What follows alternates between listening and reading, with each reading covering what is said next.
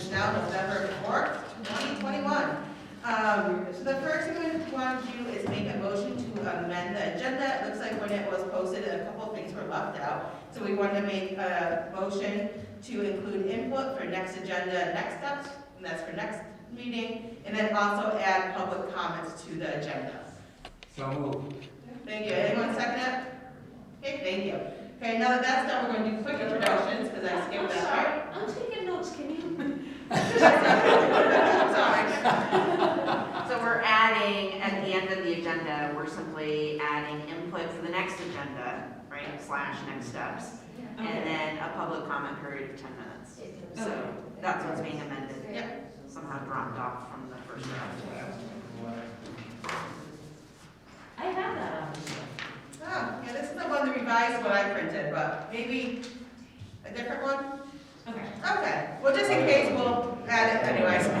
And then Marsh Make motion. made the first one, and then it was seconded by Clark. Okay.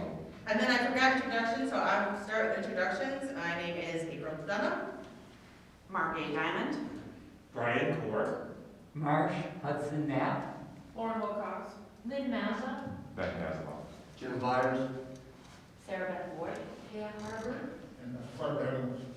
And I'm Stuart. Great. Then we just want to do a quick recap of the last minute's agenda review. Was everybody able to take a look at there, and does anybody want to make any changes or notes from last meeting on 10/21? Those are the minute notes. Okay, so it looks like we're good there. I did just want to go over quickly. We did have a couple subcommittees that were reported out based on our discussion from last time. So we have a purpose review for that subcommittee. We also have a community outreach subcommittee that was created that we'll be discussing that. We did ask everyone to look at composition from other models and start getting ideas. I don't think we'll have time per se to discuss it. We may, but at the same time, just something to look forward to people doing to that.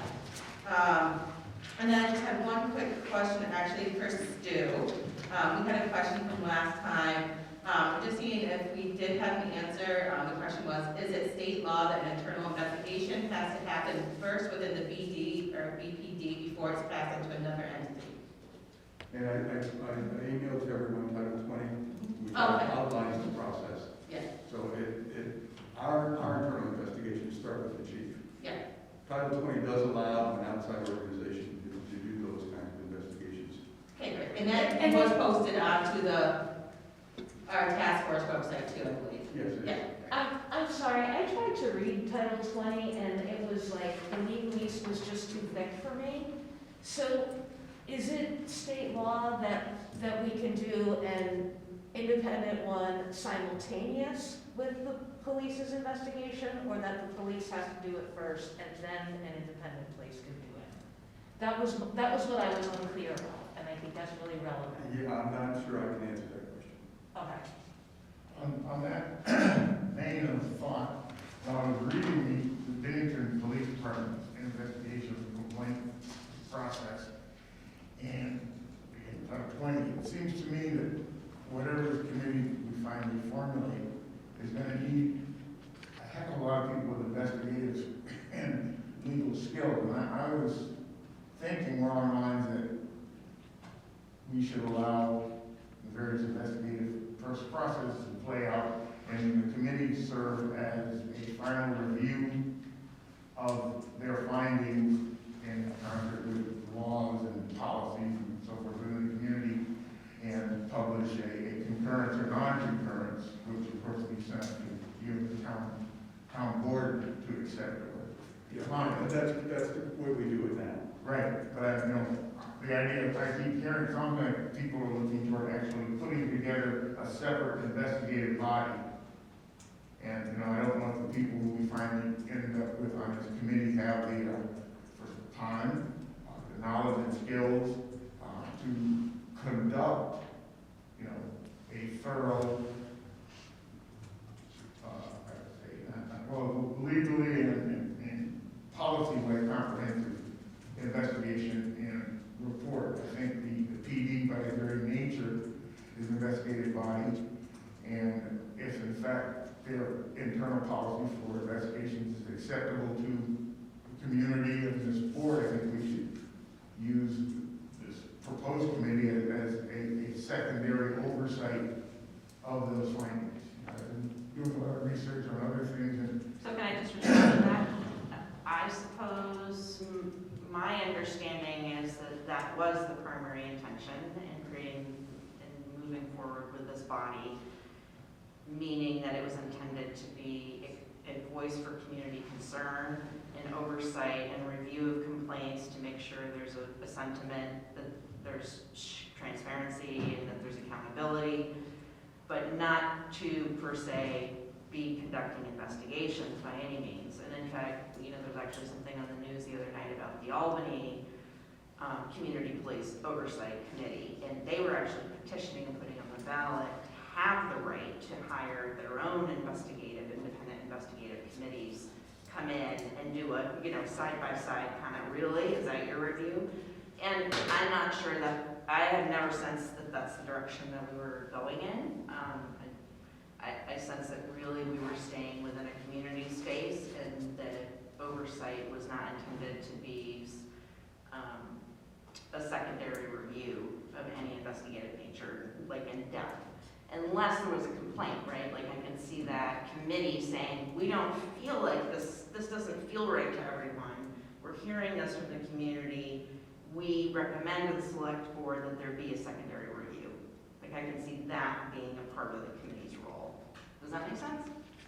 what we're saying makes sense, but again, I maybe this is my misperception, but I perceive people were saying that this committee would conduct investigations.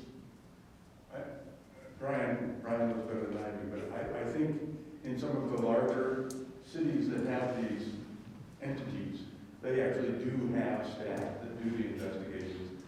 And you please correct me, Brian, if I'm wrong, but that is a direction you could go. But that's something I think this group is supposed to figure out. Well, that's what I'm bringing up today. I don't think that we should look at forming, our own little Bennington Department of Investigation. I think, and run parallel investigations, because in terms of time and logistics and money and people's expertise, I don't think it'd be a very productive. But then it begs the question, if somebody files a complaint to the police department Yes. and they're not satisfied with the outcome of that investigation, who then do they send it to? And then if they were to send it to the Citizens Oversight Advisory Board, whatever it's going to be called, that board does need to have some ability to investigate, reinvestigate. So can I just throw out there, we do have actual on our agenda, the last item is Purpose Subcommittee report. And I think that would be a great time so that we can go in a little bit more in depth to it. And then we can also ask for Brian's input on there too, unless you've had something to throw out there. I'm going to wait until it's the right time. Okay, yeah. That could be a whole meeting. Yeah, exactly. So I think, if great points, and thank you for sharing, being so open. But if we could wait till we get to that part, that'd be a great time to look into the purpose. And like you were saying, what do we want to do? Do we want to investigate? Is that, what is our purpose for the board, and what do we want to set for that? Can I just ask, when we're coming to conclusions about what we as a task force would like to put forth as our recommendations, does that have to be like 100% of us, or will it just be by a majority vote for each item? Will we be doing like a line item? To say there was disagreement on this issue or any issue about what we wanted to put forth, would that be just done by a majority vote? I think that's a discussion we all can have if we get to that point. That's what my thought is. I don't know if there's any other thoughts, but I'm just thinking if we get to a point, I think, so far we've all been able to have pretty great discussions and come to some kind of mutual understanding. That if we reach that point and we can't come to a mutual agreement, then maybe we can see who thinks that we should vote on this and, kind of get some ideas of what to do. So I'm just going to go over the agenda quickly, and then we'll turn it over to Margaret. So the first item after this is Outreach Subcommittee report. We'll be looking at outreach with marginalized community members for insights on purpose and powers, gain consensus and target lists. A review of the interview questions and finalizing those, and interview assignments, and assignments by 11/18/21. And then the last one, which I think is a great discussion we just having, is the purpose subcommittee report. So they'll do a report out in the next steps. Passing around some papers here. One of them is a summary of the notes from that subcommittee's discussion, which Gail is going to review with everyone. Sorry. And following right behind that is a copy. These attachments were all sent out to everybody, right? And sorry, we just need to vote to accept the minutes. Oh, sorry. I'm going to accept the minutes. Second. Okay, we have the second, we all have to do like a roll. No, you're all present. Perfect. So you mind, so you know. Okay, so, all in favor of accepting the minutes? Aye. Any opposed? Abstained? We're good. So the handouts that are going around were all sent to you. All got a little late in the game here, so if you didn't have a chance to read them, you can follow along here. But hopefully people were able to get the email that I sent out. The outreach committee we're tackling first here on the agenda because I think it's a pretty big conversation, and if we all agree to the proposal, which is in fact that we would be each taking a couple, one or two organizations and going in with a set list of questions that we will hopefully come to terms with in this meeting. We have to be doing it quickly, right? We only have 2 weeks to be able to come back and present sort of, here's what I found, here's an aggregate of what I'm hearing, right? Like be able to sum it up. And then we can have some kind of subcommittee go through that in more detail. But it's a quick turnaround is what I'm really emphasizing, and we really thought about that as a subcommittee too, because our timeline is such that if we don't do this and we feel I'm getting the sense that everyone feels community input is very important to nailing down what the purpose is, how it's what the composition even of this committee ends up being based on feedback that we collect during this process. So it means we need to do it by next meeting, if we're going to stay on track, I think, and be able to deliver what we committed to. So certainly open to other timelines on that, but that's what felt like needed to happen for us, so we put it out there. I do have a question, and I do apologize for missing on the last meeting. We had a medical emergency. I had heard from the reviewing the last meeting, I heard it was more reaching out to marginalized communities. Correct. And I have to be honest, I have a visceral feeling against that. For instance, my marginalized community would be criminals and homeless people. So unless Ben wants to arrest me and take me up to Marble Valley, it's going to be kind of hard for me. Or if I want to go down and go down to the Riverwalk, and it feels like exploitative to go down the Riverwalk and say, hey, what's your thoughts about the police? Does it feel exploitative if Ben does it, or if you do it, or both? I would think either way, to be honest. Okay, because I wasn't sure whether you were thinking But the now police are going in. but now here we're talking about organizations, which I have no problem with that. Uh-huh. Well, the intention was that the outreach list that we sent out is that they are organizationally listed here, right? And our intention was, the thought process was, correct me if I'm wrong, Gail and Lauren, is that we were looking for, key people, and some of those Lauren knew from her work, and we'd get others from Stu, like who's running the show over there, right? Who's the director? And then to clear it first, right? Is it okay? Right. And then there could be a way of saying, like, do you want to float this out there and see if, people who come for coffee every morning, or a few of them are willing to talk to us? And, we could get a pulse from the person on the ground. And if she says, look, no one wants to talk about this, or A, there's no interest, then why would we go in? Right? But we've made the attempt at least. I think that part's important. And hopefully people would be open. But could you say more about why you think it's just not going to work? We're not I affected. didn't say it wasn't gonna work, I said it feels exploited. Oh, If I was going to individuals, and I'm looking for people that I feel represent the people that I was part of the marginalized group that I'm from. I've only got a couple limited places where I can draw from, and to be quite frank, their story's probably gonna be uniform, police bad, you know? And so, I don't know how helpful that would be. And plus then, if we're dealing with the mental health community and other people like that, I have no problem talking with an organization. If we reach out to GBICS and we want to talk to them about, hey, what are you hearing? Because honestly, they have probably a better representation of what's going on around than we do. maybe. Maybe, yeah. Two reactions to what you're saying. Sure. One is, I'd like you to say more about why you think it feels exploitative. But the Okay. other piece of it is, when you say you might only hear negative feedback about the police because collectively, as a group, they're tending to be more When I was arrested in than that- the general population, right, and have more Sure. interaction, and a negative consequence. I don't think we don't want to hear that. I think we do. When I was in active drug addiction and doing crimes to support my addiction and homeless, I had no desire to be interviewed about what I'm doing. As a matter of fact, my goal in life was to remain invisible.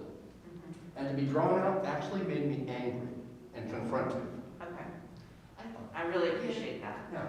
I would just add that when we talked about it on the committee, it's more than just asking opinions about police. Number one, it would all be voluntary, so no one should be made to feel they should contribute. It's just, this is happening and this group is asking for volunteers. I mean, I think that's what we hoped the organization leaders would present to people they were comfortable with. If people said, I'd like to talk about that, then the questions we would hope would be designed to elicit input from them about how they feel about things and what changes they think might be helpful to make things better. More than, we don't want to just hear that it's all bad, but how do you, say they said specifically that, well, when the police come up to us, they're like always rude, or I always feel like they're really bossy, or they never say hello. They just jump into what's on their agenda. To get kind of specifics from them, but absolutely all volunteers, and jump in, please, Laura. Margaret. I was just gonna say, All volunteers and all one confidential. thing that maybe addresses both of what I'm hearing is to say, as we approach what this list ends up looking like, and if we are all in agreement that we want to move forward with this, then one tactic might be that we definitely are going through a director or a point person, right, who has reached to people on their grounds and, too far up the chain, right? But somebody who could say, we could say, hey, this is what we're looking for, this is what we're doing, do you think there are a few people we could talk to, what would be a good time of day to stop by? And we share with them the list of questions ahead of time. And that way, it's not a surprise, we're not ambushing anyone by just showing up at a convenient time when people show up, right? But at least they're actively participating and meeting with us when we come. Or that director comes back and says, people aren't into it, no one's gonna show, they don't wanna talk. Cool, okay. That sounds great to me. Clark has a thought as well too. I think my thoughts parallel, I forgot your name now, I think focusing on the mentally ill, substance use or whatever, is a bit of a stereotypical behavior. The young lady, I wasn't here when it happened, the state rep who felt that she had been mistreated, I don't think fell into the realm of any of the underserved or ignored elements of the community.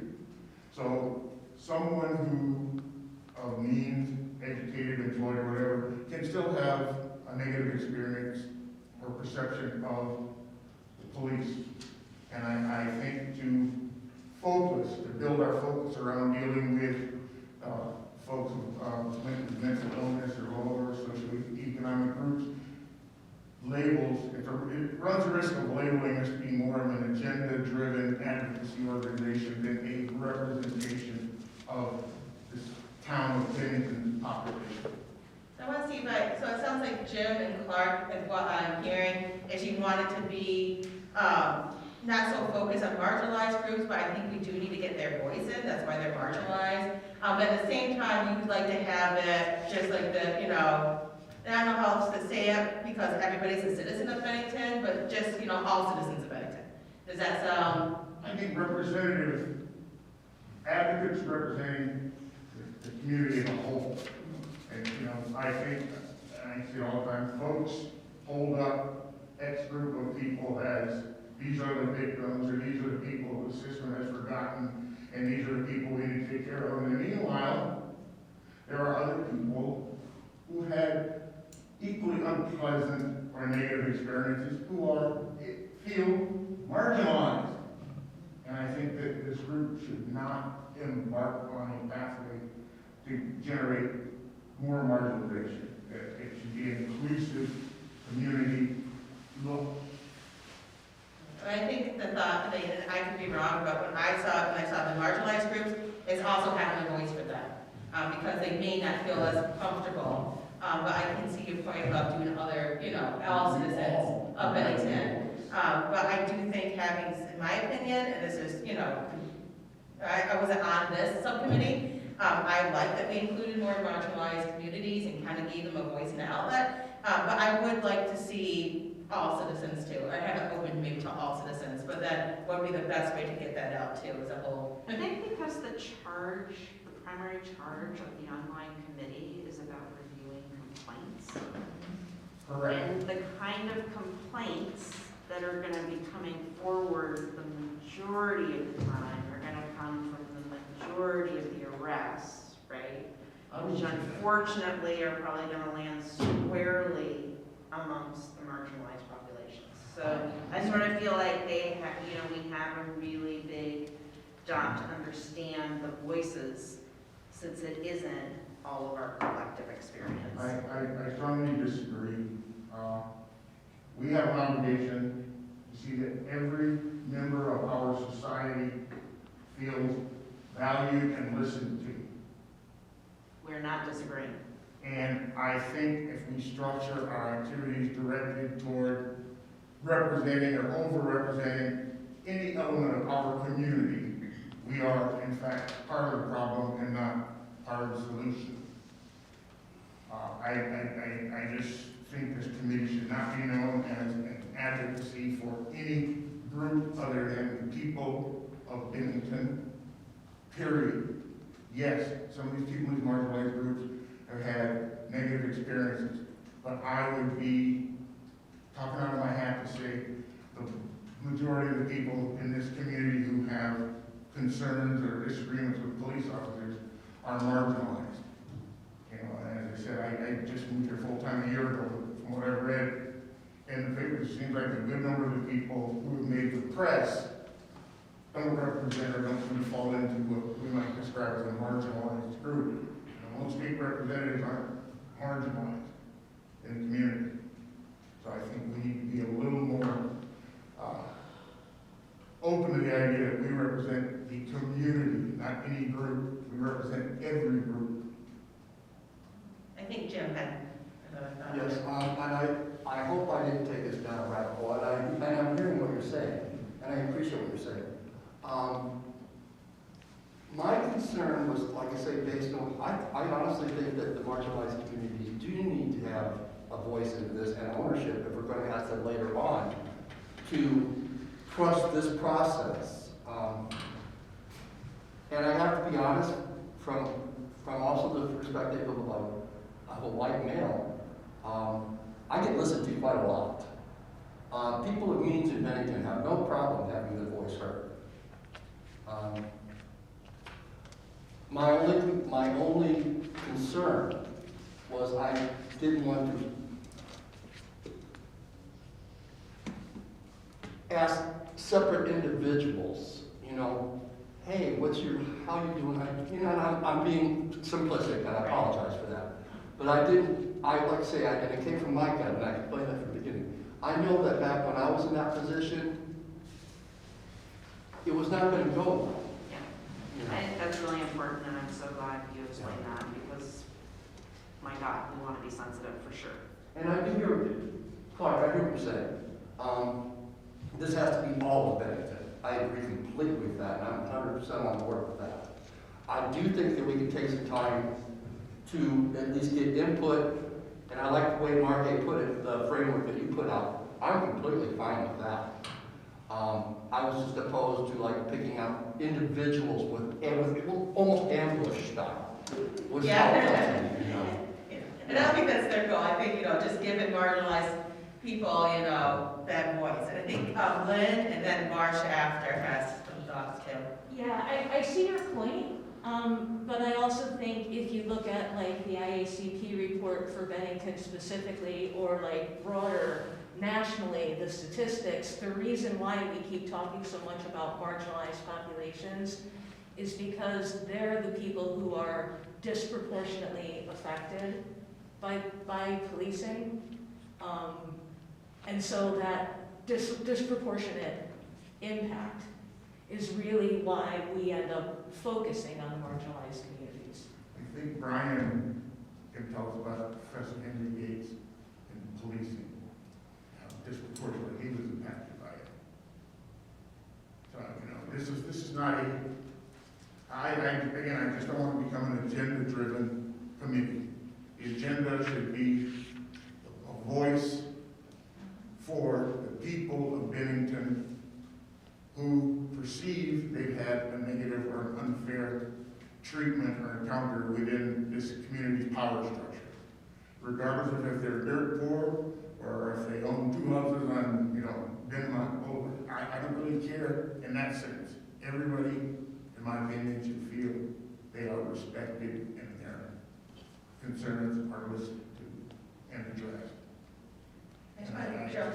Oh, sorry. No, I just no, no, want to jump to March quickly as well too. So I'm glad we're having this discussion, and it seems to me from what I've read so far of our subcommittee's report, they're trying to identify groups that would help us to make contact with people we would interview.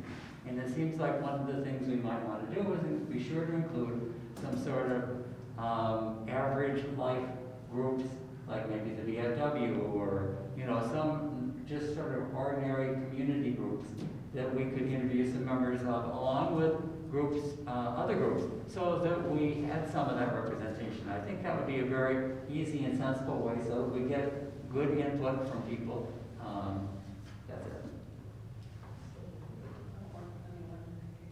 Yeah, that's right. Whatever we're Yeah. Brian. All right. So, this is your work in your committee, and there's 1,000 things I can comment on, but I guess I just want to say a couple of things at this point.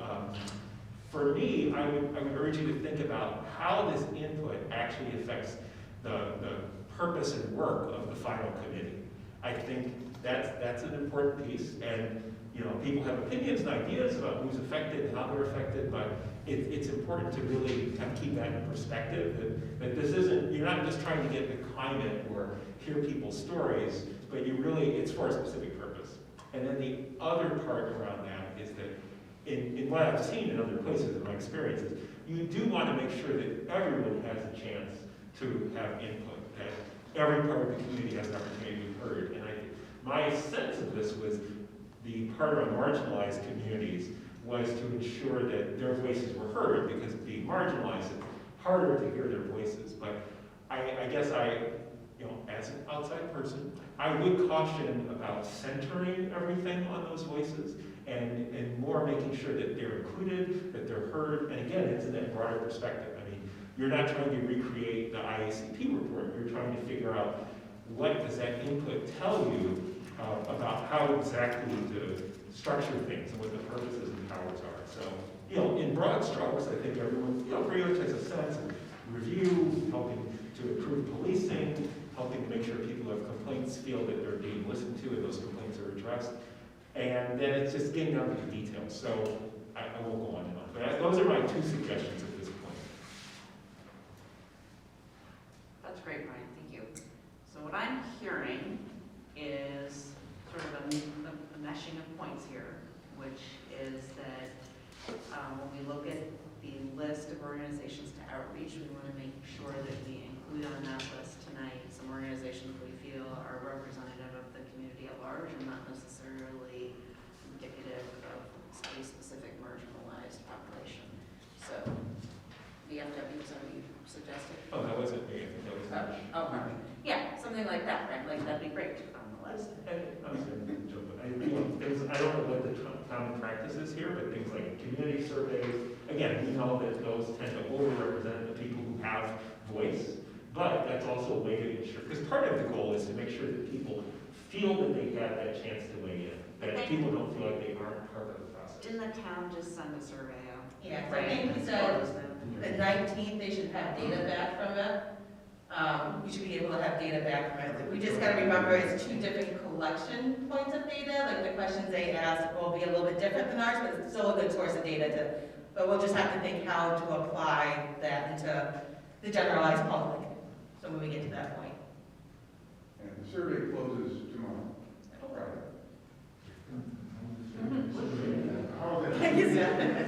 How was that survey disseminated? Go onto our website, Bennington Town website, and look at the citizen survey. Right, You can do it online, or you can get a copy at the town offices. It's available in a number of other locations in the town as well. I bring that up because in our subcommittee meeting the other day, one of the issues that came up was communication to the public at large as to what this organization is doing and our goal. And of course, requesting more input. I know that TV is good, but somehow I wanted to make sure the word got out to people. They're more than welcome to sit in and listen to what we have to say. So I was hoping that increased communication and awareness of us and our actions to get a greater input, because as we all know, that the final product produced, that vocal minority will be there. And we pretty much let the public know this wasn't done in a void without input. So I think it's really important that somehow. We'll attempt to do that. Jonas Spivak is our new communications coordinator. He's here at the meetings, so he's going to help get that word out, because I agree with you. I think you can't necessarily rely on the news media to do that kind of work. Well, I did find out about that survey that you're talking about, from the Bennington Banner. So the newspaper also. Yes. I think Ben has a comment too. Just quick, as far as you said, the questions won't align necessarily, because the questions that you've written up might be different from the ones in the survey. Would be worth just finding those questions are in the survey and maybe add those to this list. Well, that's a good point. That way it just pulls it all together. That will have that same data consistent. Because there's a chance that people that we're going to be trying to ask these questions of have no idea that survey exists. Correct. Yeah, so good point, thank you. We'll make note of that. Is there any other organization? Oh, Marsh, sorry, go ahead. Well, the other thought that came to me listening to Brian was maybe we should also have an open door for people who would like to be interviewed, so that we don't exclude people who really want to share their experiences or their insights with us. Can we create maybe like a QR link kind of thing, or a link for people who maybe don't want to be interviewed? Has that been discussed by any chance in the subcommittee? I know we might not be able to do follow-up questions per se, but I don't know, like, somebody doesn't want to be interviewed per se, but wants to put their input in. I think it's hard because we purposely tried to make open-ended questions here on the suggestion list anyway, so they're not just yes, no, because we really want to hear what people have to say and not what they think they should say. I also think we're very short on time, so I'm not sure how fancy we can get out past getting some feet on the ground in the next 2 weeks, especially, you know, if we're gonna add some more organizations to that, everyone's gonna have 2 or 3.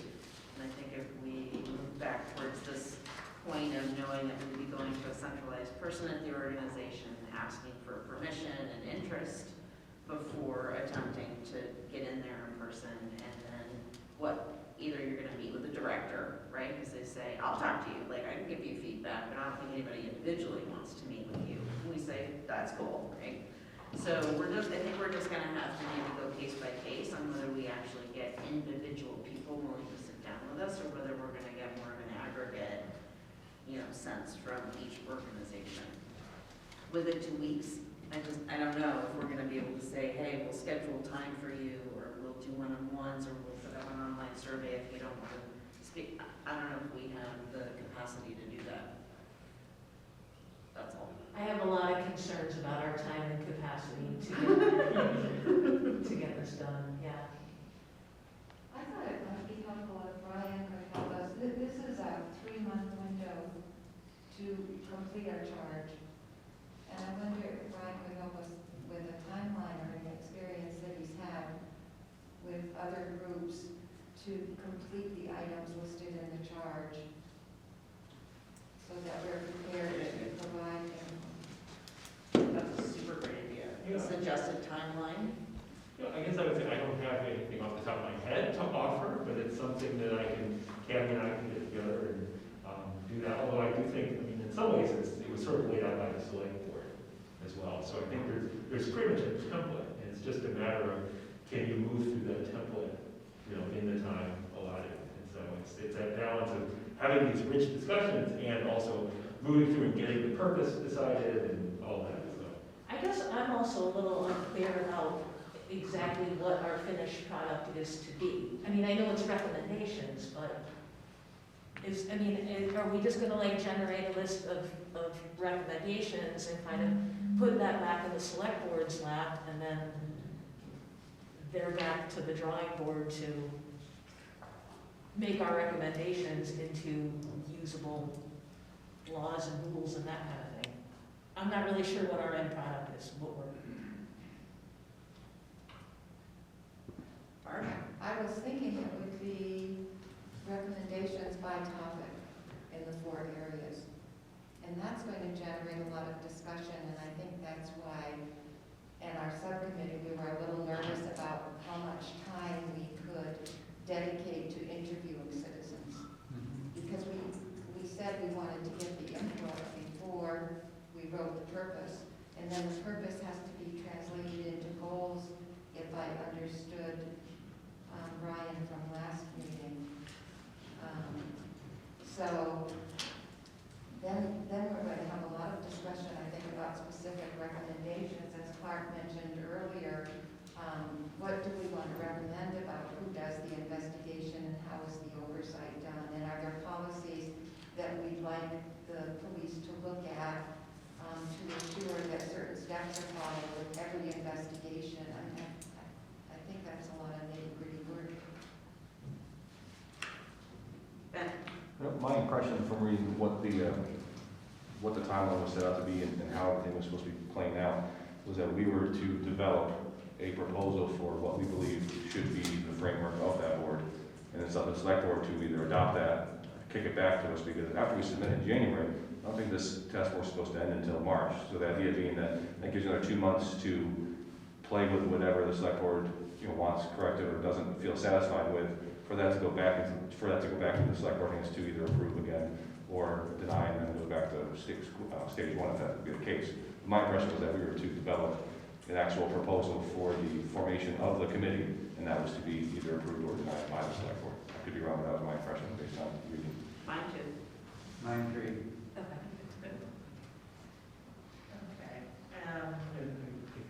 Okay. I just say, I mean, for me, this is kind of a government official kind of way of thinking. I always go back to the charge.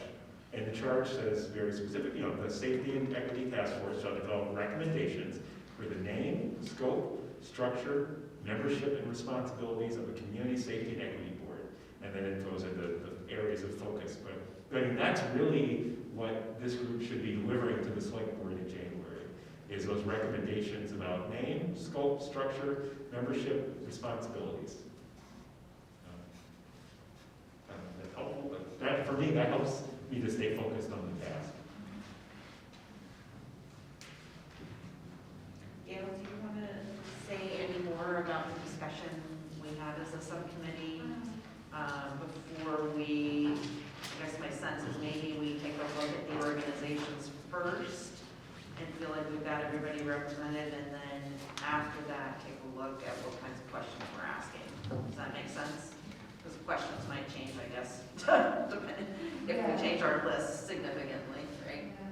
No, I think just to Brian's point, that we did try to go back to the charge when we looked at what kinds of questions we would be asking to elicit specific information or experiences related to those charges that we could incorporate as we move forward. And again, emphasizing that it would be voluntary because we would not want to put anybody in the position that Jim mentioned for sure, where they felt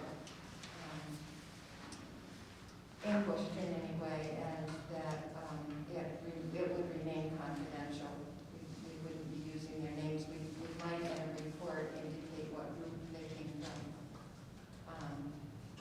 Maybe just to demonstrate that we reached out as broadly as we could with the time we had. And that we could also maybe document recusals, but to show that as a task force, we were at least trying to reach out to groups. And I think, just emphasizing confidentiality will be upheld for everybody we interview. Always important, so when we're putting out stuff like, if, a quote from somebody, maybe we don't put in there, a participant from UCS or, something along that lines, or participant from PAVE. Maybe we can kind of, leave that part out and just say, a citizen of Bennington, or, In our summary, we could maybe make a general list of who, again, who we were able to approach as an organization. So I think this is an important note about how we collect the information, and I think, individually when we go in is one thing, but when it gets turned back out to this committee, it then is going to be made public, right? So we are going to have to consider, if we're all working off a piece of paper and we're all going to submit some sort of a collection of feedback, we're going to make sure that we omit in that report out to everyone any organizational names that a specific person was tied to, or identifying. Right, we're going to be really cautious about that. So I guess we're just going to have to agree when we feed that back to ourselves that we're careful about that in the meeting format, so we can protect people.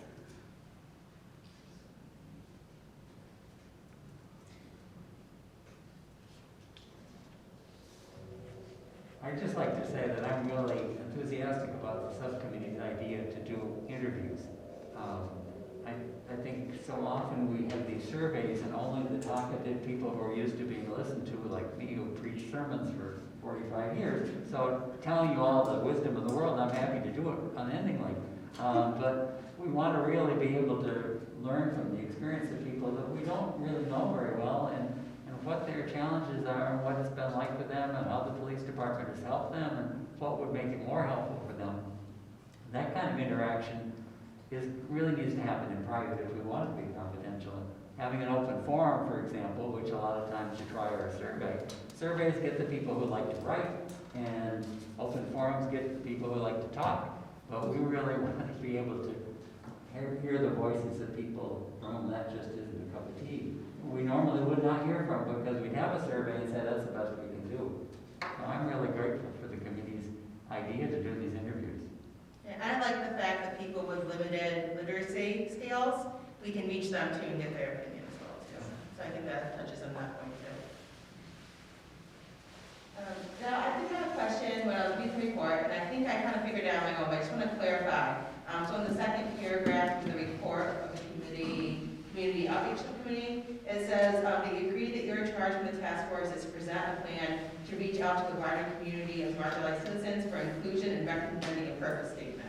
Now, is the purpose statement, the purpose statement of the interview questions, like what we read to people, or is it a whole separate purpose statement? Because then I got confused that we have a purpose subcommittee. You can just strike that out. Okay. So this is really just suggested interview questions. Oh, Period. perfect, thank you. Period. Okay. I just want to make sure we're duplicating the purpose subcommittees. Well, Great. Anyway. No, okay, perfect, that was just my one question. Yeah. We wrote up an intent just to sort of set the stage, right, whenever we're speaking with someone. So that's just a suggestion of sort of how we would broach this topic with each organization. The town of Bennington has put together a task force to establish a permanent community police oversight committee. We believe that the police function more effectively with strong community relationships, trust, cooperation, and a shared sense of responsibility for public safety. This community oversight committee is intended to be a bridge between the town and its police force. It is also intended to provide accountability and put a clear process in place to be able to receive and follow up on complaints if needed. We feel it is critical to hear from the community, especially folks who may have had interactions with police, before we begin putting pen to paper. All answers will be confidential. Great. Good. Good? Feedback? Very good. Okay. So now we're moving on to what specifically we're gonna ask. And there's 3 sections here, some wacky numbers on the left. Anyway, the police is one section, right? The next is complaints, and then community relations. So the intention was to drive answers around, again, towards informing our purpose and duties and responsibilities of said permanent committee. So should we just take the first one? Lauren, do you want to jump in and maybe walk us through some of these questions and get some feedback from folks? You want me to read? What do you want me to do? Yeah, read the question. All right, number 1, the police are civil servants. Their job is to enforce the law and keep our community safe. In what ways do you think the police do a great job at Bennington? I think that we could alter that question a little bit. Yeah. I think that the first 2 sentences are a little leading, and I also think the adjective great is leading. So I think we could just ditch the first 2 sentences and just jump right into, in what ways do you think the police do a good job in Bennington? And in what ways do they concern you? Like, Great. what's good, what's bad? Yeah. And also, I think when you're, I mean, I heard you say we might be talking to people with lower literacy. I think we need to keep kind of the worryiness down and just jump Plain right. language. What are we asking? What do they do right? What do they do wrong? What do you think? Great. We can simplify it.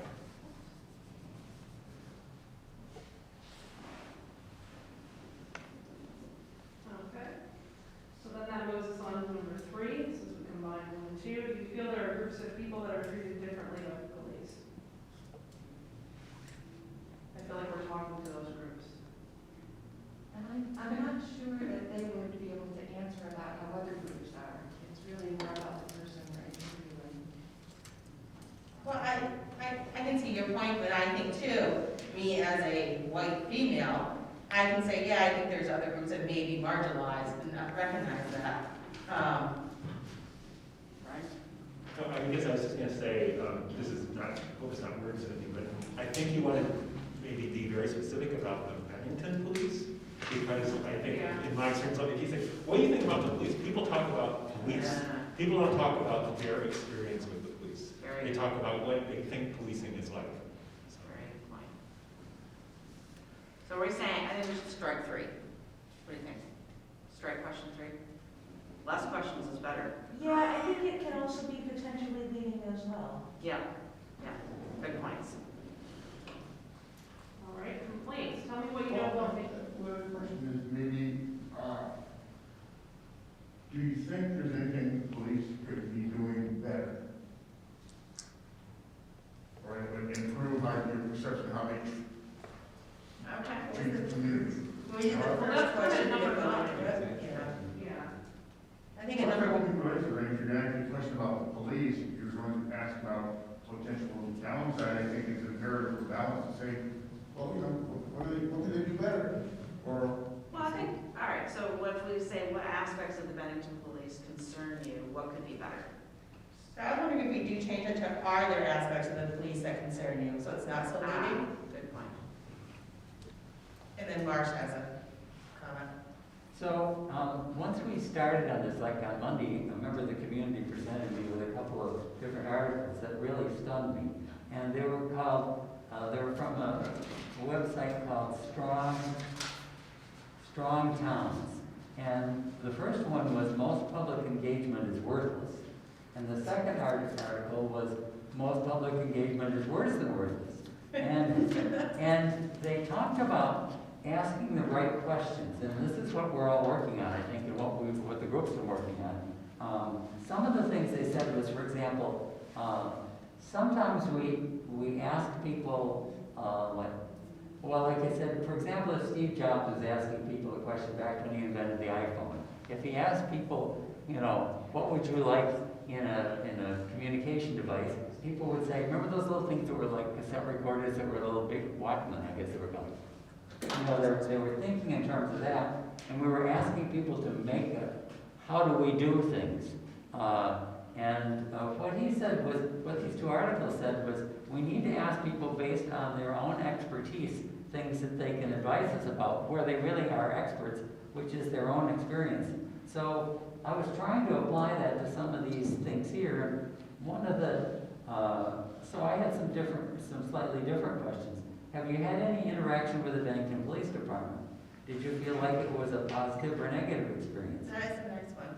And what made it positive or negative? And what might have made a difference for you? So I don't know if that rings a bell or whether that would be something in there or not. I like that question. I like how it's asked. What the rest of you got more questions there? I do have other questions.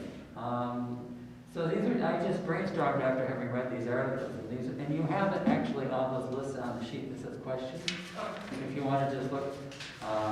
And I also am even offering these, I'm really aware of a comment Gail made when we were talking about these, and that is that we don't want too many questions, because we don't want to drag this on forever either, but they're just things to think about. So that's the first paragraph. Second, have you ever made a complaint or a compliment about the police?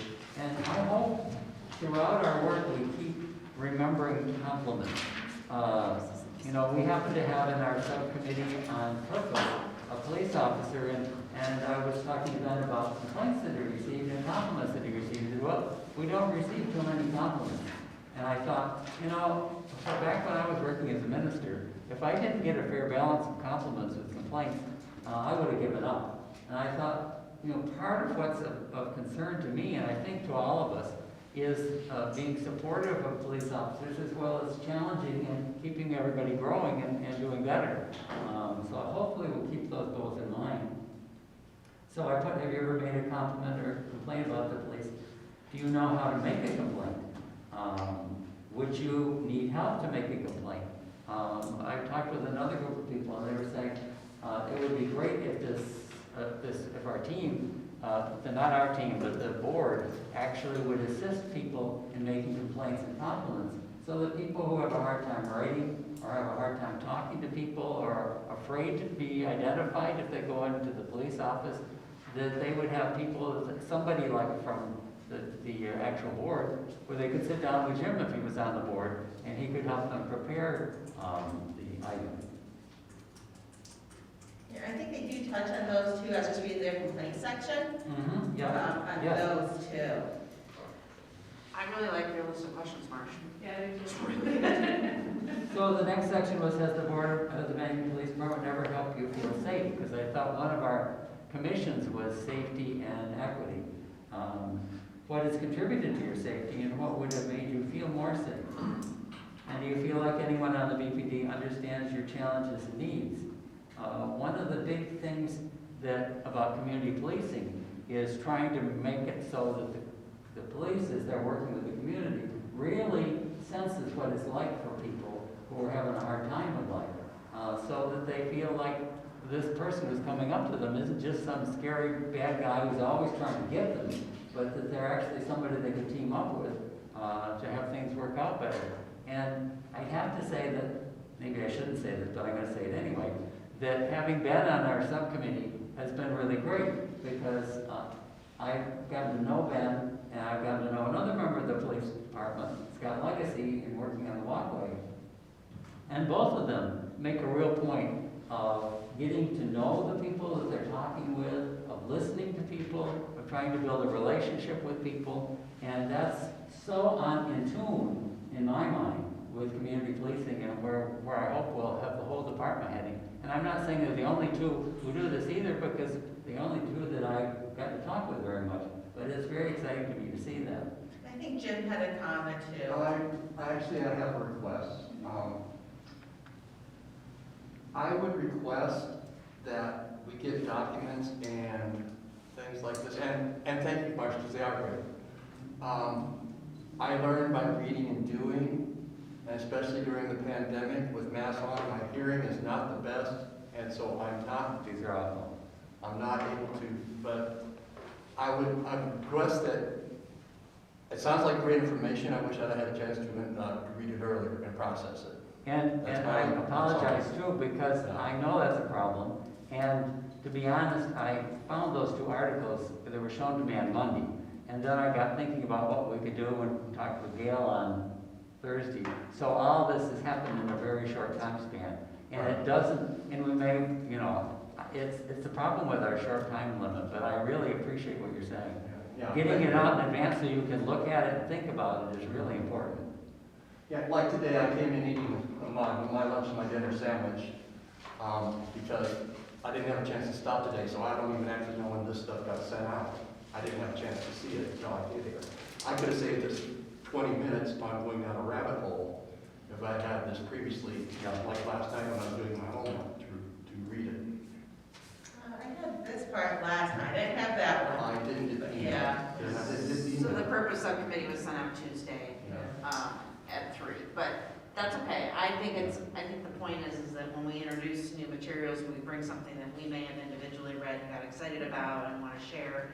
We aren't always gonna have the opportunity to get things to people in advance. It's also challenging. I had a couple of, March actually did want to send this out in advance, and I thought per open meeting rules that if we were sharing a resource only within the committee and not being able to post it simultaneously, like put it out there, then we were violating open meeting rules. No. No, okay.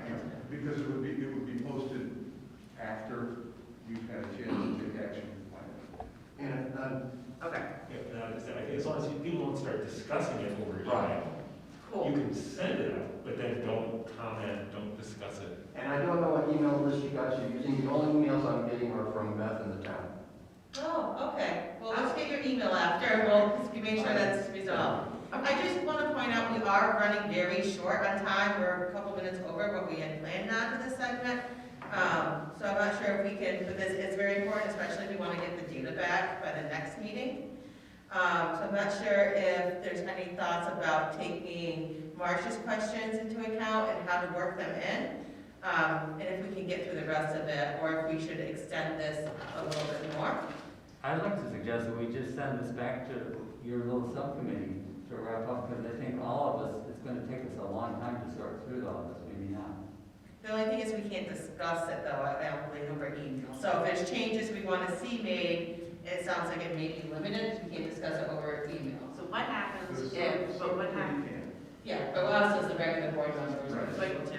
can we, so if we can't finish it all in this meeting, as my question then is, if we say, Marsh, you give input to the subcommittee, we rejigger the interview list of questions underneath the intent that's stated here, recirculate it back to everyone to get, like, everybody's okay with this?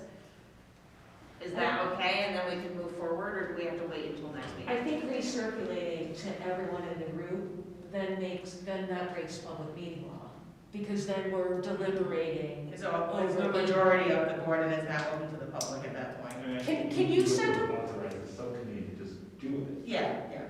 We can So authorize. I have faith in our subcommittee, you know, I think so far, so I'm okay, but I just want to make sure everybody else is okay with that. I'm okay with that. I had one question about number 10 on here, about question inquiry.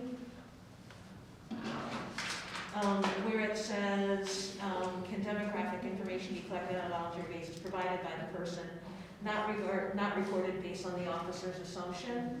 Gail, I want to talk about that actually, because those aren't questions for the Right. interview, they're This is not. for us They to were just- like internal, like debate questions. And Yeah. Gail, those I think came from you, so do you want to speak to that a little bit?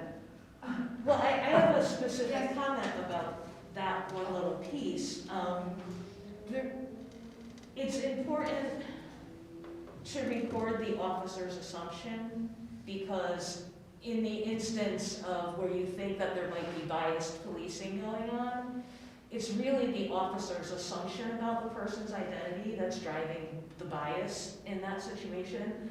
So, in every other situation, how the person identifies themselves is the most important. But in that situation, how the officer is identifying the person is really the crux of whether or not bias is happening. So that's an important piece of information to catch. And it seems like it might not be, it might be beneficial if it were possible to gather this information, because it might also be illuminating to find out that Officer Jones thinks this person is white and they're actually a person of color.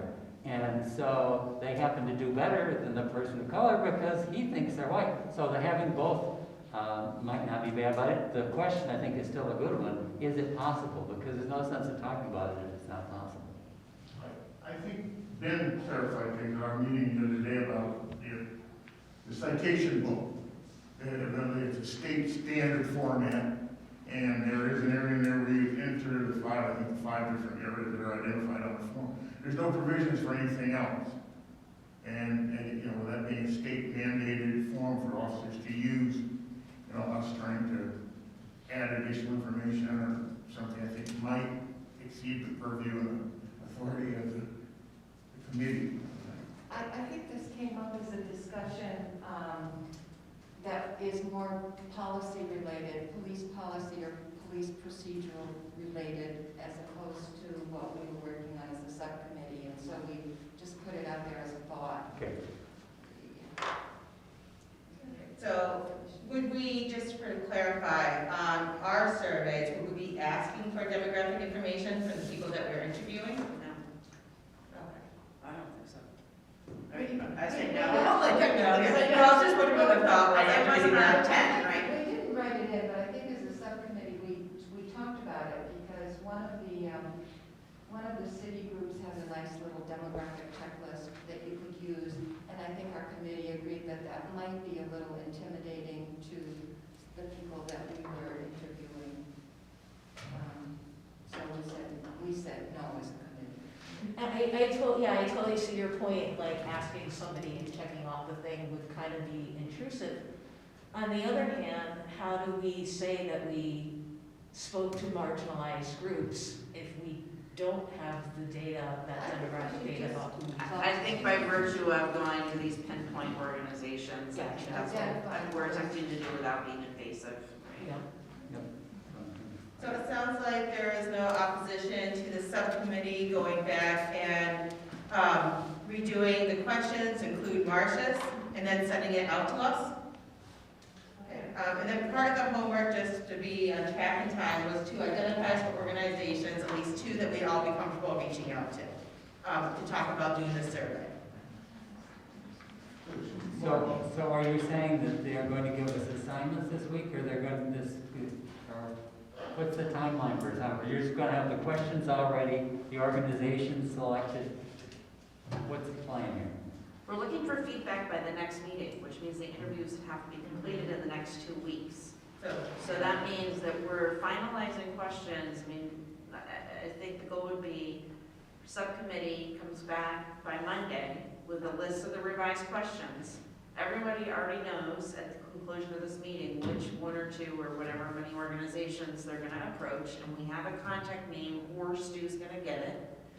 And then you're gonna get your questions in hand Monday, and then we're gonna attempt to make these phone calls and find these times or not, and make all of that documented. And then by the time we meet in 2 weeks, we're all gonna be coming back and reporting out. Does that make sense?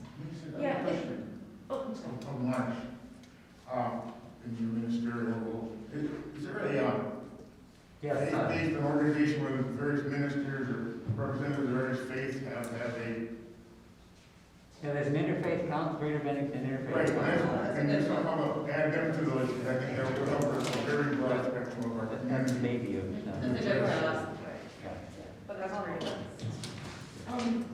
And then the question, my other question is, so we all go out, we do our interviews, do we collate our own information? Do we send it to the subcommittee and they're gonna do it?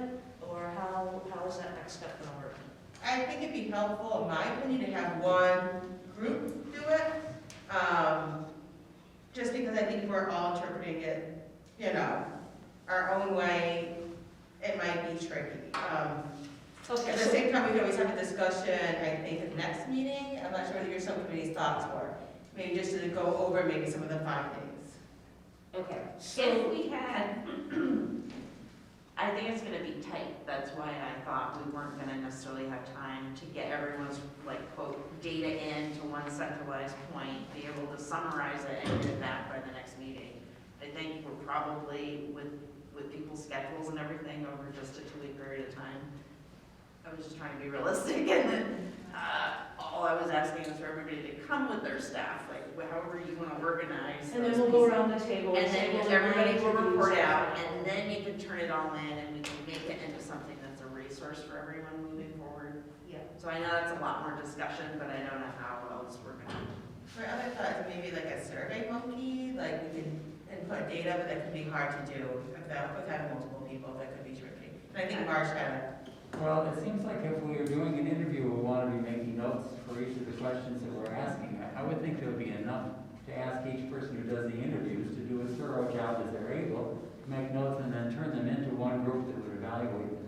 I really would feel uncomfortable about reading individual Oh, no, things yeah, to us. I But wasn't bringing all suggesting. those back in, I think would be really great. The other thing I wanted to say about timing was, my thinking last time we met was that we really needed to get this input before we could really make any decisions. And I think listening to other people who've talked to me has convinced me that, well, it would be nice to have this before we started, but let's say somebody comes up with an idea in this interview that guides us in composition. We've already written up composition. Well, we can change that so that it's not like we can't do anything until this is all done. You know, it will provide, I think, inspiration and guidance for a lot of what we could provide inspiration and guidance for what we'll do, but we don't have to be so panicked that you know, we absolutely have to get this done now or it's going to blow up. If I may, I'll just add that once the report from this group goes to the select board, there will be a Warren Town meeting at which there's more public input. So again, recognizing the limitations of who comes to public meetings, it won't be the final. I mean, there will still be opportunities for people to weigh in and, you know, recommendations. Yeah. Good, thanks. So any thoughts from the subcommittee that Mark said about data or any changes, or do you think it's, you know, the plan's good to go ahead, make the adjustments, and then we can go out and do community outreach and collect data?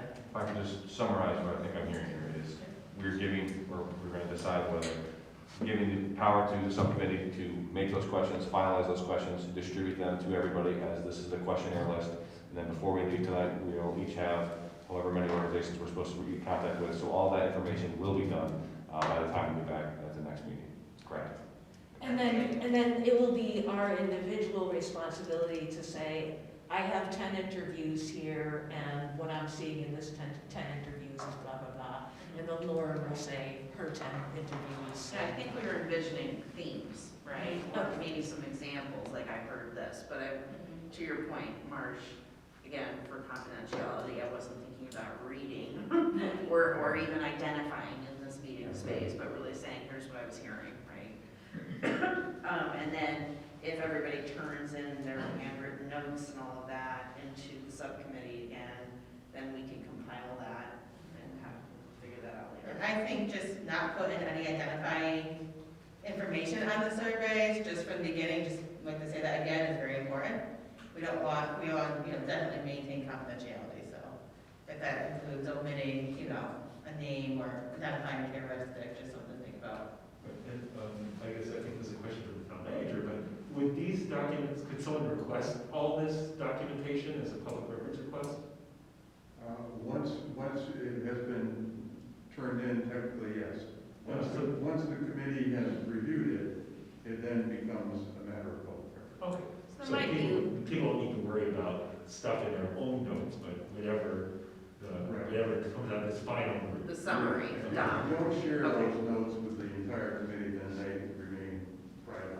Yeah. So we need to either have a summary with everything redacted from it, or we need to have our notes with everything redacted from it to turn it, if we're going to protect confidentiality. Yeah. The other thing. Not I when you would turn it say into is- the subcommittee though, right? Because you're saying the subcommittee can take all of that in, we're only 3 people. And we can then turn it into a source document, a If compilation. you're gonna do it that way, that would be fine. It'll be the output, whatever the subcommittee presents to the group becomes the public record. Right, not the individual people. Not the new Right. section. Okay. Okay. Any other questions on that topic? Can we move on to the? Yes, definitely, I got one, and I'm sure Gail, I just wanted, Lynn said something of 10 interviews, and Gail's talked about something like 2 interviews. I'm not ready to take on 10 interviews. Our subcommittee talked about 5 interviews from each board member. It's Okay. it's a very small sample, but if we hit really significant groups, then we could do that. If we get 10 and they're going quickly, that's fine. But we were thinking if we could aim for 5. And if we had 5 refusals from the groups that we chose, then we would just document that we attempted this and it just didn't happen. But I wondered, I don't have a list of the groups in front of me, and we were going to add a couple to include try to include all current segments of the community. That what we thought is that people could just volunteer for those, what groups they were comfortable addressing. We didn't think of it as Just an 'cause- assignment. We're super tight on time, we're hoping we might be able to pick that. So Lauren, for those of you who didn't have a chance to look at this list in advance, Lauren's the one who came up with it because she's such a great plug-in here person and knew a lot of these organizations and sort of contact people herself. Some of them are blank because we would need help from Stu or anybody else on the committee who might know. But That list didn't come through to my email, so I have Oh. not seen it yet.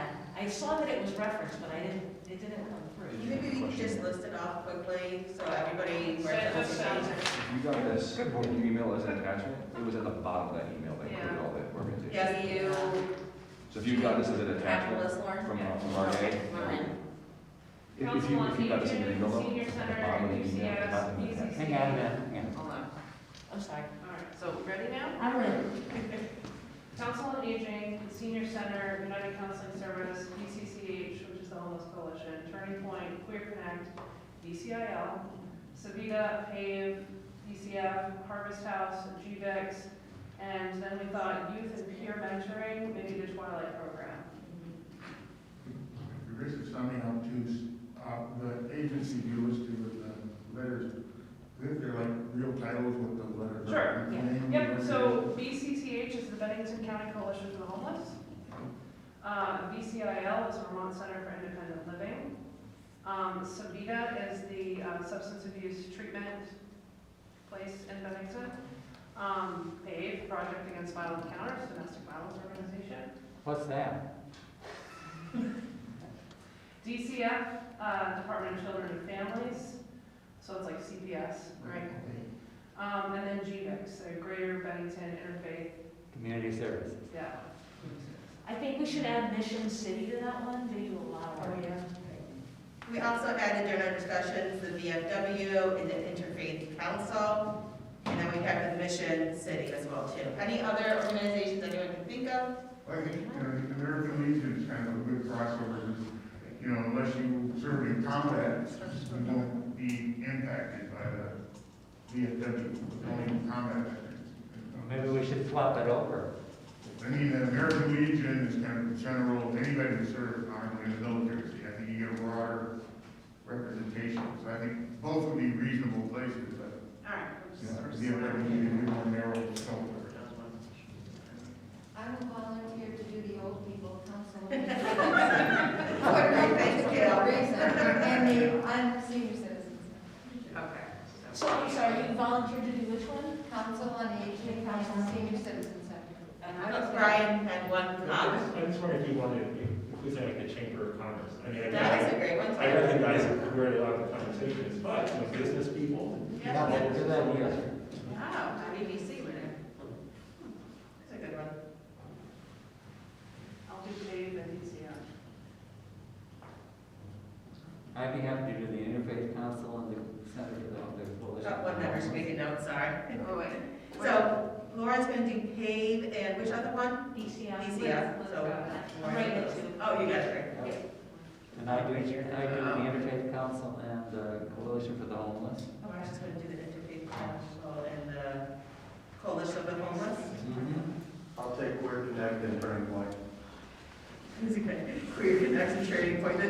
together right here.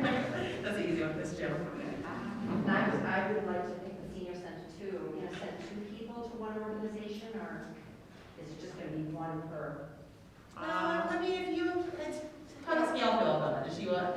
Let's see if we have everything covered Yeah. first. Okay, and then also the VFW, what we do. Mostly ambulance. Which one? You heard the lead guys are great. Great. Got it. Clark is on that. I'm sorry, Sarah Beth, I missed, you said the VFW, did you say anything else? And I would do the senior center too. Okay. What do we have? I can do UCS. Marty said UCS? No, that's, April said UCS. April. I could do, I am VCIL. I can do VCIL, and, I can also do Mission City. Great. I am in touch with, a youth from Arlington High School who's involved in the anti-racist group. I can reach out to her if you want. That'd be really interesting. Okay. Is Arlington in the Bennington Police Department's district, just out of curiosity? She's a Bennington resident. Oh, okay, I was just trying to think of, keeping that related, so that's great. So, we don't have anybody for Savita, Harvest House, or the Chamber. I can trust you, though. So I can do chamber. I'll reach out to Harvest House, I don't mind that. Who just said Harvest House? Sorry. I know. Sarah Beth, did you have one in addition to the Yeah. senior center that you were? The VFW. Oh,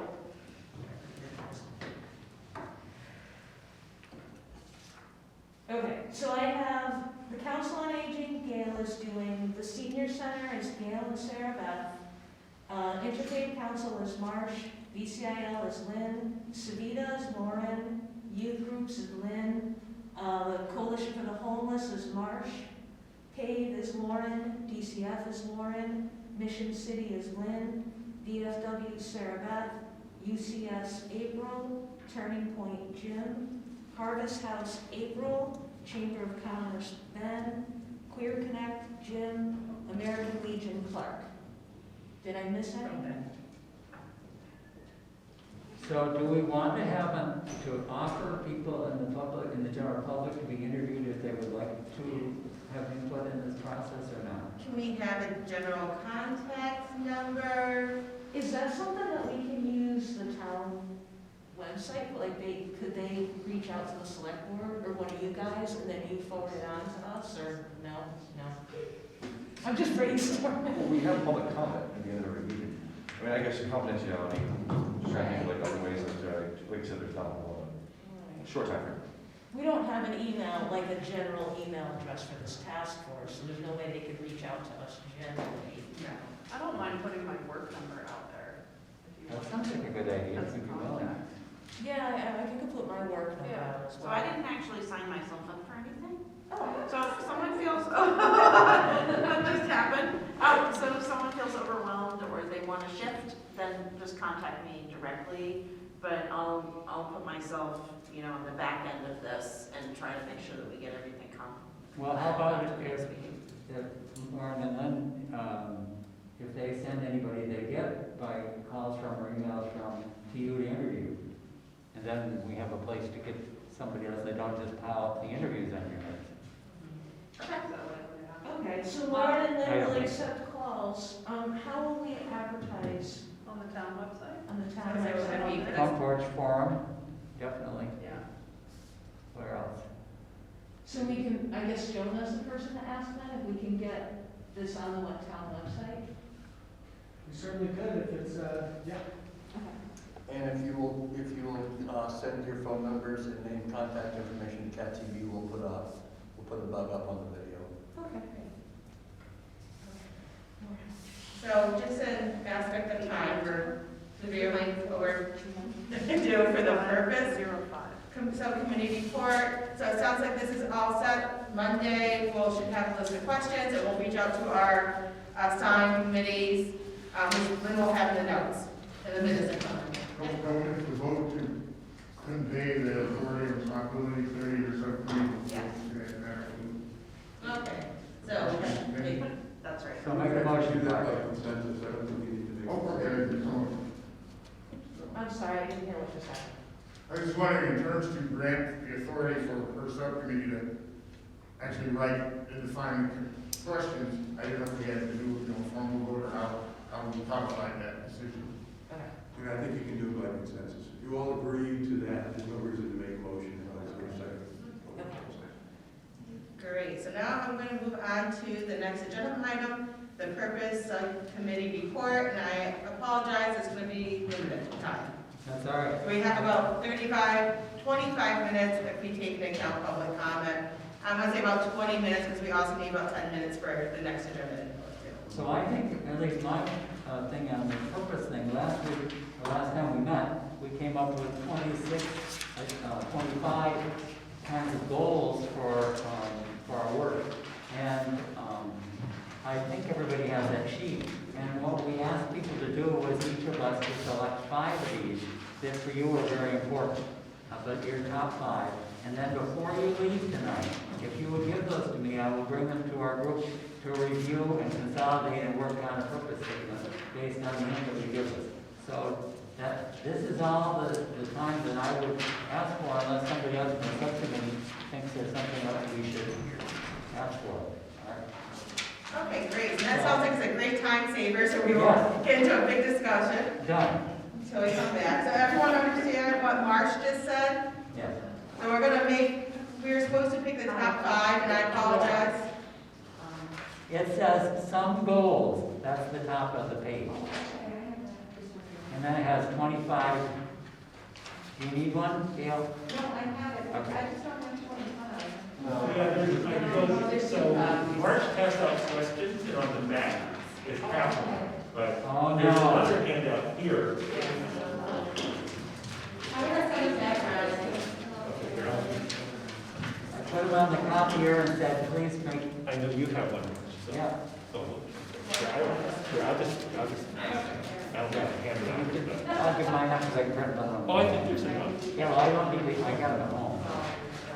So anybody who doesn't have a goal sheet, they're coming around now. I apologize, the ones I handed out, the copier decided to reorganize in a new way. So we'll leave those for March for the Purpose Subcommittee to kind of narrow down. Any thoughts on that? Or any questions?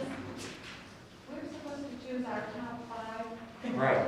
I'm going to apologize now. I think I got my top 7. I couldn't narrow it, you know. But I just got down my top 7. If you have 7, that'll be all right. We're trying to thin these out and get them focused, and so, Yeah. So, Marsh, I remember our discussion was on all of these things, that you're not restricted to 5, you can do a combination if you find or feel there's overlap, you can link those 2 into one. now if you have suggestions for consolidation, those would be welcome. So if you say 27 and 13 look like really they belong with each other, those suggestions would be welcome too. We're just looking for input on you to help get focused. Thank you for that part. That helps too. Yes, thank you. And then we also had, after that, the next steps listed for the agenda. Do you have any thoughts on the next steps, or is that part of the next steps? I don't have anything to do with that. Okay, just checking on that point. We talked about this, and I talked about briefly, constraints we're operating under now. And the idea of, we've discussed these things this week, next week we get together and do a retrospective and then come to some conclusion, and then set an agenda, what we're gonna need the following week, we can compress the line. Because, you know, there's a lot of stuff that we've seen that time is kind of vacillate, go back and forth. They're kind of like the linear progression of what we're doing here, so. Yeah. What we're doing today, next week we'll codify or ratify, and then move on to build into the next week's. Understood, so it's sort of like, what's the point here? What are we doing with this today? Right? Yeah, I mean, like, what we've done today, we came to the conclusion that you guys can write the questions, and then Right. we need to go out and ask them, so we know that, so boom, that's set stone. So how do we want to make progress, is the question. Yeah, How do we want to that's what make we- progress on narrowing down purpose? There's a lot of really good stuff in here. We've also had the feeling that some of our committee input may influence at least verbiage, if not intention around purpose. Ben?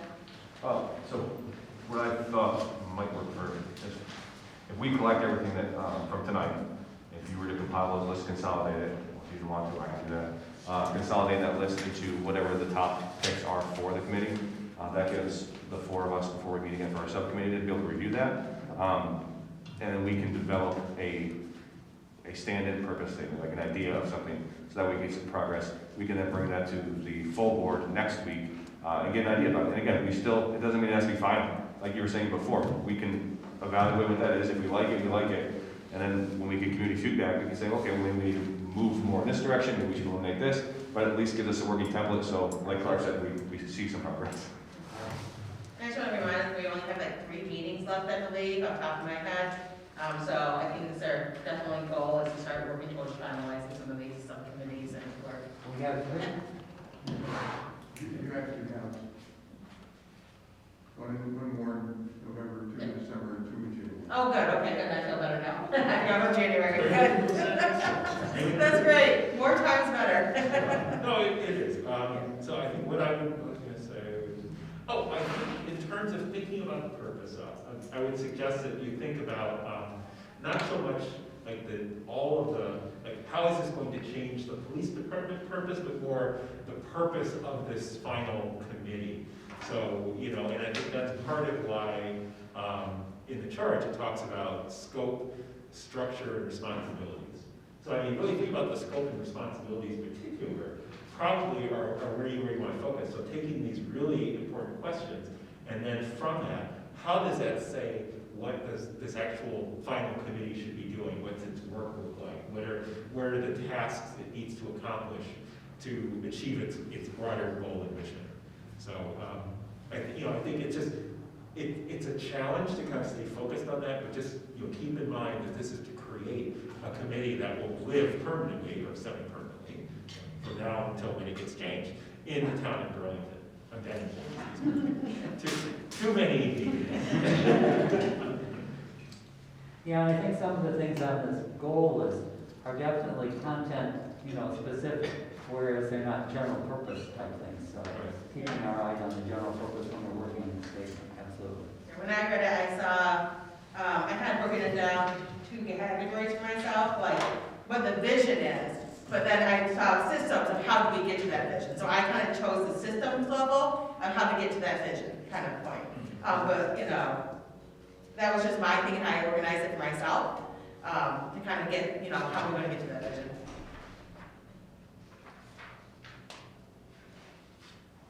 Okay.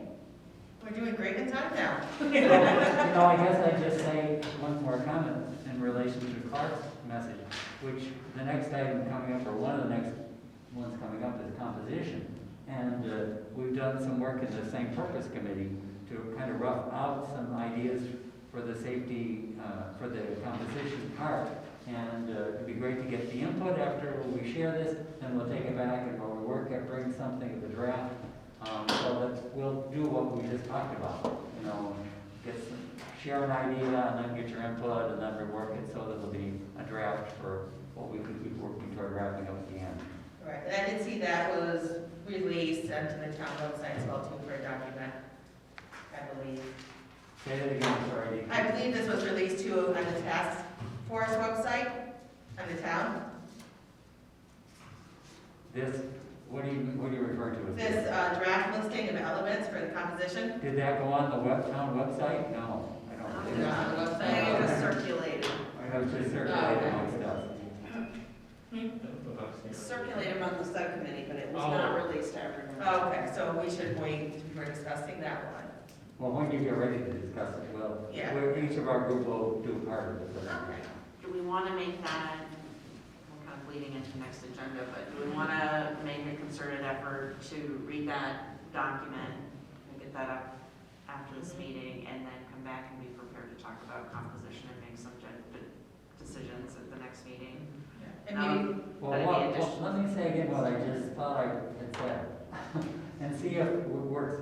What we on the subcommittee had been thinking was we would present this draft to you tonight of what our thoughts were. you would give us your feedback, and we would go back and rewrite something that is a draft of the final version. Did everyone get the draft, just so they have, or is there a copy of it that they can have?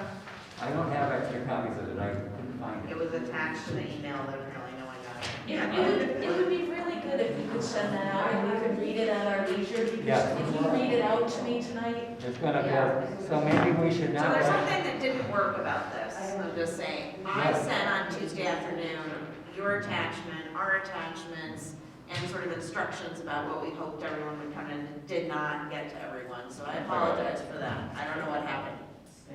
Everyone was on this email, so I don't know where that went in the universe, but there was an attempt, and yes, we should try to push stuff out in advance. So, so thinking about what we're gonna do with this, I guess it makes me, because people haven't had time to think about this, it'd be great for us to present it, great for any initial responses, but maybe we should wait another time before we try to put together a draft.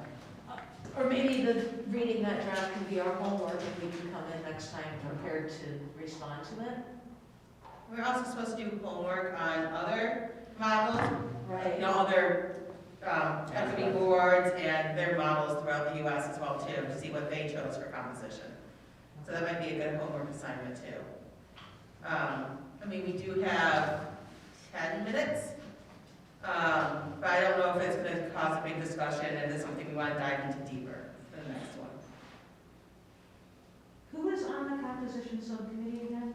This is the purpose subcommittee, we just took a second project. So it was Ben and Sarah Beth and Clark and me. Well, how about if we share with you what we've come up with so far?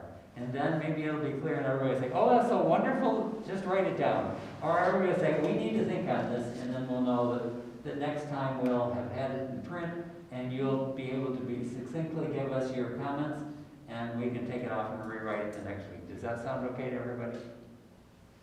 We could probably read through, but just a reminder, we have less than 10 minutes before we have to get into the next segment. We didn't need to leave 10 minutes for public comment. Sounds good. Did everybody get the draft? Because I don't have a document called the draft. This is where the email failed, apparently. Oh, I think you just sent it to the subcommittee, you didn't send it to. Well, but you got it, right? I got Oh, it. you did? Yeah. Oh, okay, but you. So I'm not just sure how Okay, that's all right. I can listen. well, I don't know if it makes sense for those things to go to Stu, and then next Stu and his staff send them out, just for. That was my hope. Yeah. That documents would come to us, and then we would disseminate it with the entire community. It also would allow us to get them up on the website and everything else. So going forward, if we're sending out attachments, make sure Stu is on the email.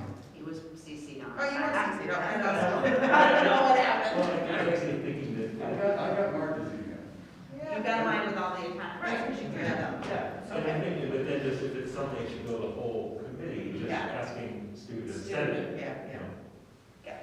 know.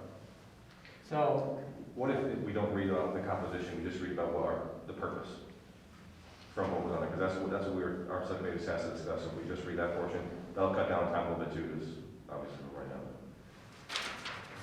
I don't know what the purpose is on there, but I'm happy to have you read it.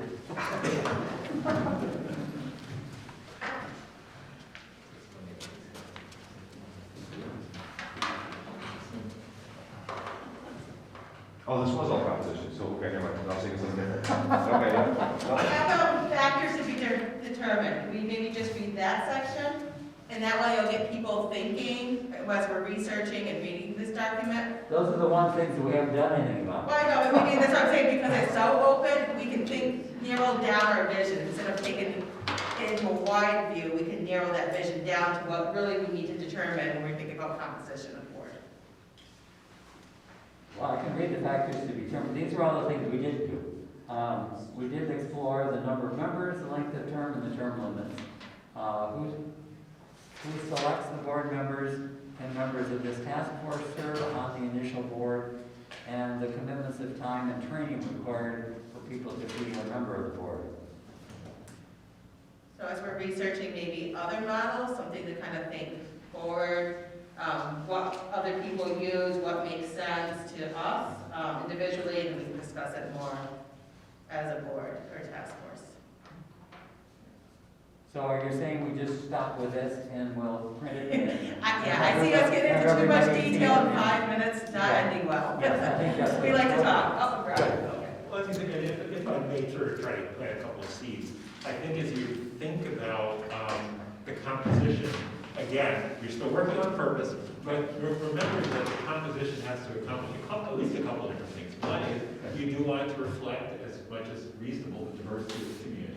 But you also want to make sure that the individuals who are chosen, so it's not just about kind of demographic or community diversity, but also making sure that the people who are chosen are suitable for the role, right? So you want people who can come together relatively unbiased, even as they bring their own lived experience, but who can come to the table and really take information as it comes, not coming in prejudging things. And so there's those two different aspects. You want to have diversity, but you also want to make sure that as you think about the composition, it's almost kind of what are the skills that you need. Do you need people, as we were kind of talking about before, you don't necessarily need people who know how to do investigations, but you need people who can do balance, who can review things, that sort of thing. So just thinking about those aspects as well, kind of operationally, how will that committee be able to function and achieve its work? It's not just like we're here to represent the voice of this group, but you're also part of that body.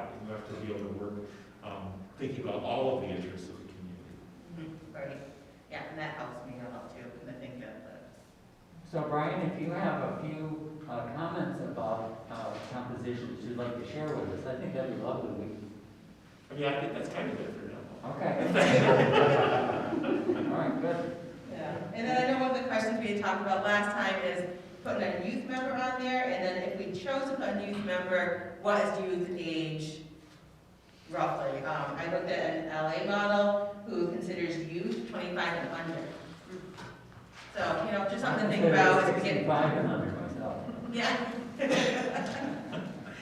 Yeah, so maybe just think of different things along those lines, or like I said, bring back to us your research, what makes sense, what models you looked at, and things that we can apply to ours as well too. It might have been more. Distribute this document, Mark. Good, okay, great. Everybody will have it tomorrow morning. All right, good. Then we can all think about it and pick up.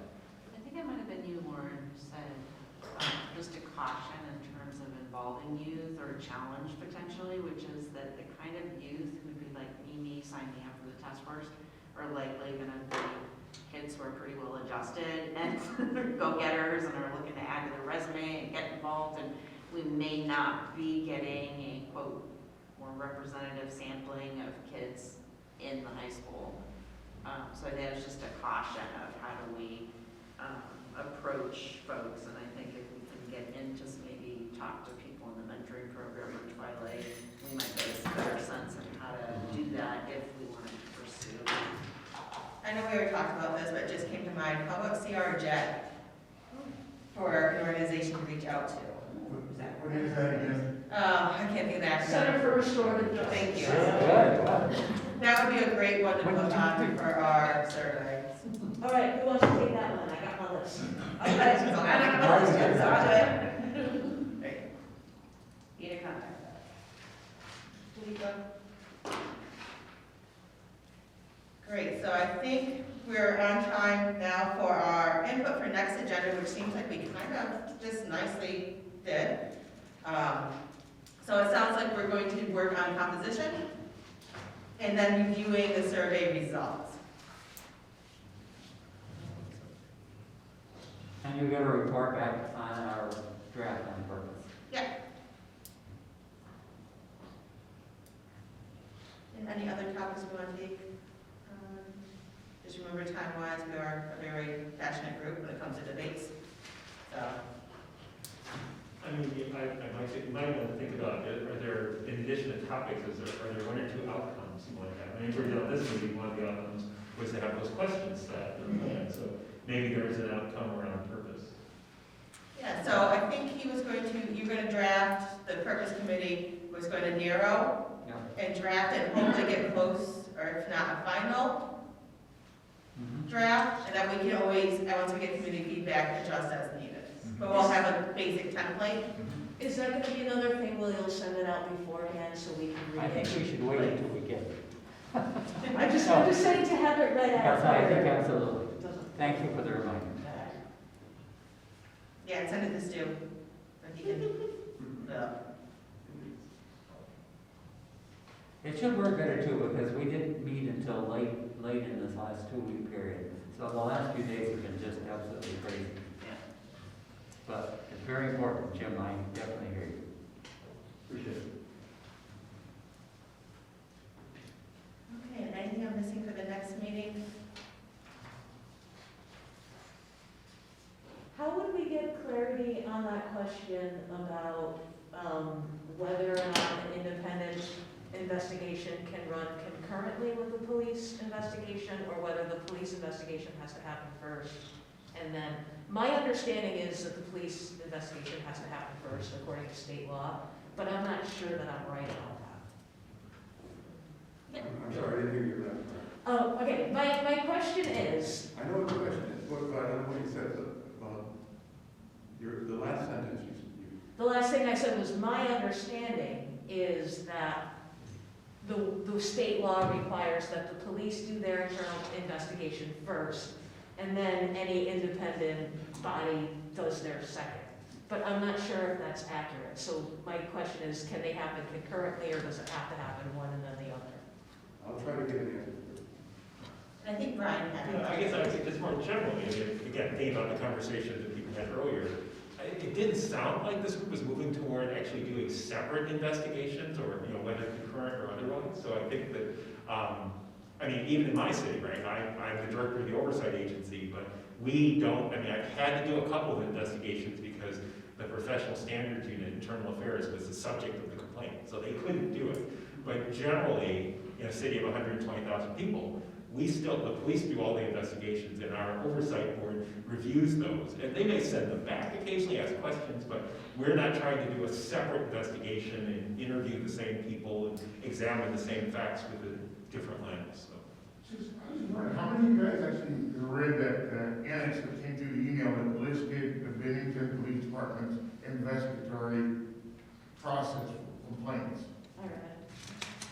And I got the version that was far, content was a heck of a lot more professional and thorough than a committee we put together. I had leaning toward the idea of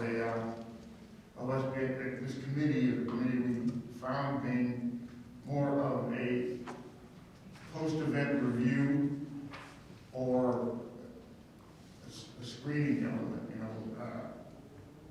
I think one of the issues is not necessarily the mechanics of the process, although that's certainly something to look at, but really it's about access and understanding of how to, right? How to do the investigation. How to get into that process. Well, I can see that being a source of information and assistance to the public.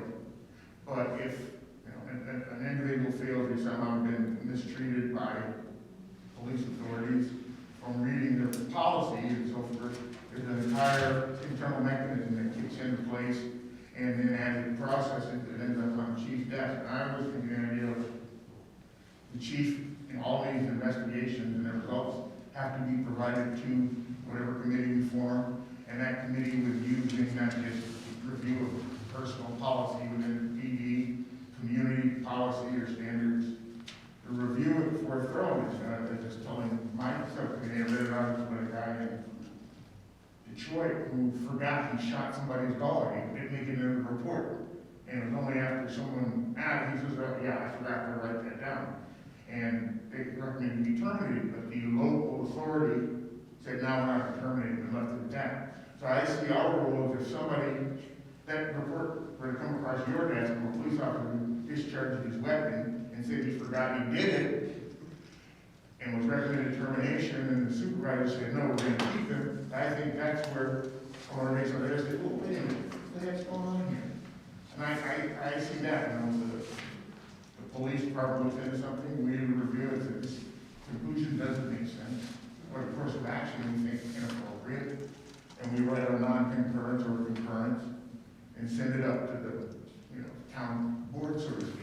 That's all I see in the long run, is that not only are we a conduit to give information to the public, but also a safeguard to ensure that laws and policies are being appropriately applied and acted upon. And I think that's kind of what I got from this purpose, the ones that we selected. Like, one of them that I liked was make the complaint complement process clear, accessible, safe, and leading to effective investigation. And not per se our investigation, but, you know, the police departments, embracing mistakes and successes and mediation as needed. So I think it kind of helped break that down of what we're expecting that committee to do. It's really what I saw the purpose statement and having those recommendations in place kind of helps lead that board. At the same time, I don't want it to be so, you know, strict that it's going to lock the, you know, the board into something that they can't meet. So I think, you know, giving them good direction, but at the same time not being like they have to do this step by step, to something that later on that they can't change and they're locked in. So that's kind of what I thought when I chose the statements I chose and how to lead those recommendations. But I can see, you know, what you're saying, I don't see us per se being an investigator, being the board being an investigative board per se, but they are there to help manage complaints, and processes and give citizens that avenue if they feel like they want us to look into something more, or they feel like they're looking into. I think what you're touching on is the scope of the committee. Yes. With that question, maybe that is something that you should answer the next time, to get this debate. Yeah. That's a good idea. That's a great idea, is to add that to next week's list of. So you're looking at scope and composition for the next time. As well as the survey results too, and discussion, yeah, that quickly. Do we want to do a subcommittee on that? Mark? Well, I'm calling me after you're done with that. Okay. I think they're doing it. Are you also working on the scope as well too? We're not Mark? working on scope, we're working on. We touched on composition, and what's the other one? We touched on powers and duties, which was Powers and essentially duties, scope. So we've got our hands full. Okay. So is there anybody who wants to take on scope? Jim? Thank you. Lynn? I have not joined one yet, so I will be happy to join scope. And I guess that's, anyone else want to join? We can have one more member, or if you're good, we can just do the three of us. So the scope subcommittee is Lynn, Jim, and April? Yeah. Gotcha. We're gonna need to move into public comment. So can I make a quick comment? Oh, sorry, should we do the line first, just because we're running very slow, and I think Stu needs to give the line out in case someone wants to call in, so I want to make sure we have adequate time for that. Do we have to do a call-in number, or is that only for the Zoom meetings? It's only for Zoom. Okay, so let's just announce public comment. Can we get Marcia's comment though on the? So I have a question for our future work, and that is, apparently in this town complaint process, there's been an annual report on what complaints have come in and how they've been acted upon since this complaint process began. Is that correct? Frankly, I don't know. I'm not entirely certain that there's been an annual reporting. I know that the police department probably keeps a record of that, but I don't think it's necessarily been reported out. So I guess why I asked this was in our subcommittee, I was talking about how many complaints came in. I said, you don't get many complaints. Ben laughed, he said, are you joking? And he said, we get complaints all the time. And so then I thought, well, I don't know what complaints come in, how many come in, how they're resolved. How they're documented too. So I said, there must be some kind of record of what complaints. So that's what I'm looking for, is we're trying to think about what are we thinking of processing, and particularly, are there official complaints and, that are done in the forms, and then unofficial complaints, to get that kind of data out here so we can see what's been happening in the past. So are you officially asking for that data, Marge? Is that- I was asking for it, yeah. I thought it would be very helpful for us. I'm sorry, my Is phone that something ringing that out we loud. could get some information for the next meeting, Stu? Good. Or Ben, or do Ben, Ben's do? Do Did you have a question, Ben, or comment? No, I'm not the conduit. Oh, okay, sorry. I just have to catch you in the corner of my eye. I'll make sure that it's something like me. Okay, is there any public comment? Okay, we can continue discussion. I just want to throw it out there just in case I was missing anybody. We have a lot of homework. Yeah. That's for sure, between subcommittees and interviews, right? A lot. So this is gonna be a busy next couple of weeks for everyone so that we can. You can always adjourn early. Okay, that's what I was gonna move to next. Because gift of time. Just remember, before you leave, I only have 2 of these purpose things, so don't leave without giving it to me then. Oh, with your comments, that's it. The public, some goals in our. Oh, yeah, the 5 or 7.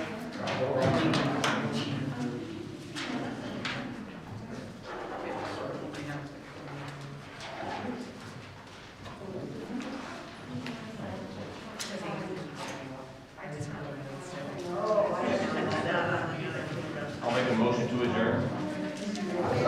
Ben has made a motion to adjourn. Jim seconded it. Okay. Meeting adjourned. No, question.